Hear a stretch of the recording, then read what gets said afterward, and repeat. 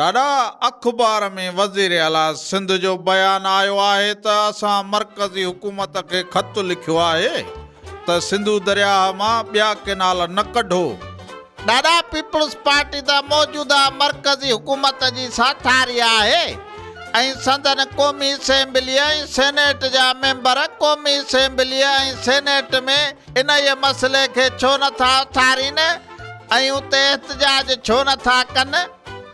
ॾाढा सिंध में अॻे ई पाणीअ जी खोट आहे।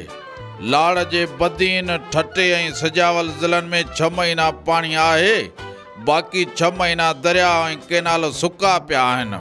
लाड़ में 6 महीना पीअण जो पाणी बि कोन आहे। सिंधु दरिया मां जेकॾहिं पंजाब ॿिया केनाल कढंदो त पोइ असांजी सिंध त असल बंजर बणिजी वेंदी ऐं ज़राअत तबाह थी वेंदी।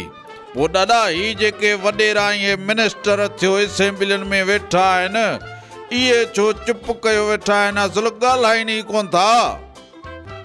अड़े बाबा, सिंध जी हुकूमत ऐं सिंध जे सियासतदाननि खे अलाए छा थी वियो आहे बच्चा।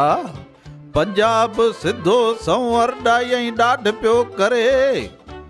ही असांजा हुकूमत वारा चवनि था त असां ख़त लिखियो आहे।